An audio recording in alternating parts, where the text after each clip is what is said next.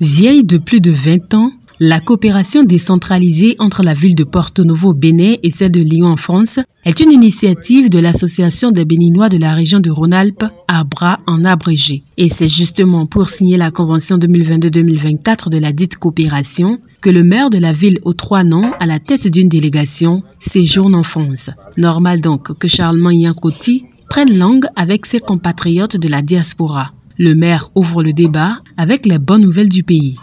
Il y a une métamorphose complète au niveau du Bénin. En termes d'infrastructure, lorsque vous venez au Bénin, vous allez constater que tout le pays est en chantier. Dans tous les domaines. On sent que voilà un pays qui est en chantier. Quand nous prenons notre ville, capitale du Bénin, elle s'embellit de jour en jour. Je peux vous dire, même dans le cadre de la construction de notre hôtel de ville, c'est le président même qui porte ça. Et qui conduit ça de main de maître. Ce qui est rare. Avec déjà un budget bouclé à 5 milliards de francs. Une construction qui déjà impacte le lycée Béanzin, où le président demande encore une rénovation complète de ce lycée. La construction du musée international Vaudou, au niveau de la ville de Porto Novo, et l'arène culturelle et les logements sociaux. Au niveau des marchés, il y a de la construction des marchés modernes qui feront du Bénin un pays, une référence dans la sous-région.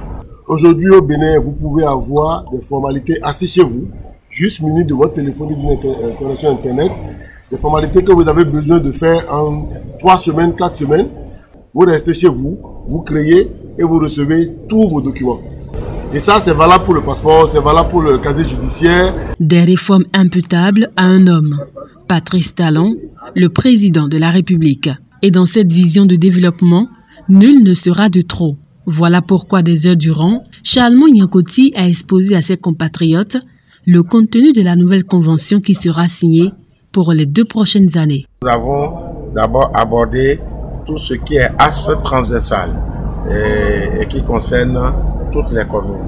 On a partagé avec eux ces différents axes, à savoir la culture et puis les différences de la jeunesse, les échanges de jeunes, tout ça, parce que nous estimons que dans le cadre de recherche de partenariat ou bien dans le cadre de l'élaboration des projets, ou aussi pour pouvoir capter les financements éventuels qui existent ici, il leur faudra savoir sur quoi propose cette convention pour mieux s'organiser.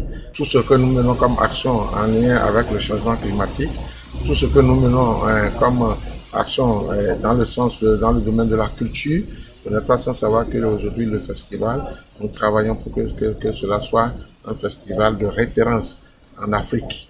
Et donc, et pour ça, la sculpture avec la métropole et la ville de Lyon tient compte de ça. Et au niveau du patrimoine, c'est des aspects que nous avons abordés. Que ce soit pour la jeunesse, la nature, le tourisme, la culture et autres, l'objectif du maire Yankoti est d'associer toutes les compétences pour que le Bénin en général et Porto Novo en particulier puissent largement tirer profit de tous les astres de la Convention.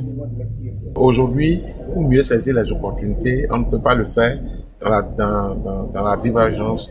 C'est pour cela que nous les avons invités et nous avons souhaité qu'il serait important qu'ils se mettent ensemble pour que nous ayons des associations représentatives et qui travaillent véritablement pour le développement de leur ville et de leur pays.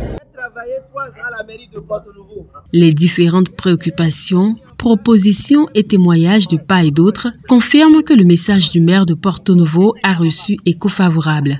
L'ABRA, par le biais de son président, promet remobiliser la troupe.